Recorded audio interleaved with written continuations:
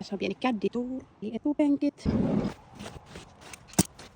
Sitten tähän on mahdollista saada yksi penkki ja sitten tuplapenkki, mutta ne on nyt irti, koska koirat matkustaa täällä. Jalkatilat. Sitten on sänky. Näytän kohta, miten se aukeaa. Täällä on myöskin pöydät. On penkit paikallaan, niin saa pöydät tuohon.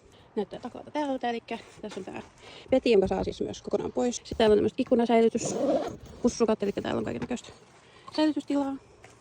Täällä on esimerkiksi tärkeä kuvausjalka. Menee sopivasti tonne. Ei pyöri jaloissa. Vesitonkka. Tärkeä olla reissussa mukana, koska vesi loppuu aina. Hyvä, koska tää ei vuoda, koska se on toi ylhäällä toi hanaka. Se on tuohon laitettu. Itse asiassa koirien turvavyöllä kiinni, ettei se lennä tuolta. Hätävaravessa käytän aina, jos on pakko. Vielä ei ole tarvinnut käyttää. Sitten on caddy sisäänrakennettu.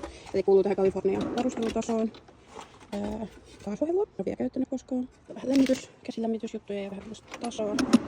Sitten on vaan laatikosto, missä on sitten koirien juttuja. Päijän juttuja, kisajuttuja, säilytystilaa. Tää on myös lisävalon tänne taakse, eli syttyy tonne valot ja myöskin tonne. Sitten tuolla on katossa ylimääräiset valot, mitä voi käyttää, jos yöpyy. Eli tää on tosiaan Kalifornia-malli. Kaasusäili on tuolla takana piilossa. Sitten täällä on verhot, tämmöiset magneettiverhot, jotka menee ikkunoihin. Eli tää tarttuu tonne auton runkoon magneetilla. Helposti. Tässä on verhot. Ja kaikki ikkunoihin löytyy samanlaiset verhot. Myöskin tuohon kattoikkuna. Myöskin sinne. Eli ne kuuluu myöskin tähän varusteluun. Sitten täällä on tällaiset. Eli ne tulee tonne autoikkunaan. Laitetaan väliin. Noin. Eli itikat ei pääse sisälle, koska tuossa verkko. Vesi ei pääse sisälle, koska valuu tuosta pitkin, jos sataa. Ja saa ilmanvaihtoa autoon sisälle. Nämä kuuluu myöskin auton alkuperäisvarustukseen. Sitten mä voisin näyttää, miten tää sänky täältä tulee. Senkin tarvii nostaa. Toiselle puolelle sama homma. Ja sitten laitetaan veti. Ja siinä on veti paikallaan. Se on 100 senttiä leveä. Täällä on joustot.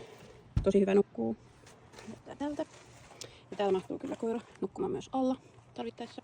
Semmonen. Se on myös iso luukku, niin on aika hyvä sateusvaje. Tähän saa myöskin todennäköisesti ostan kesäksi sellaisen takateltan, eli saa sitten lisää tilaa tuohon vielä. Nyt otetaan veti pois.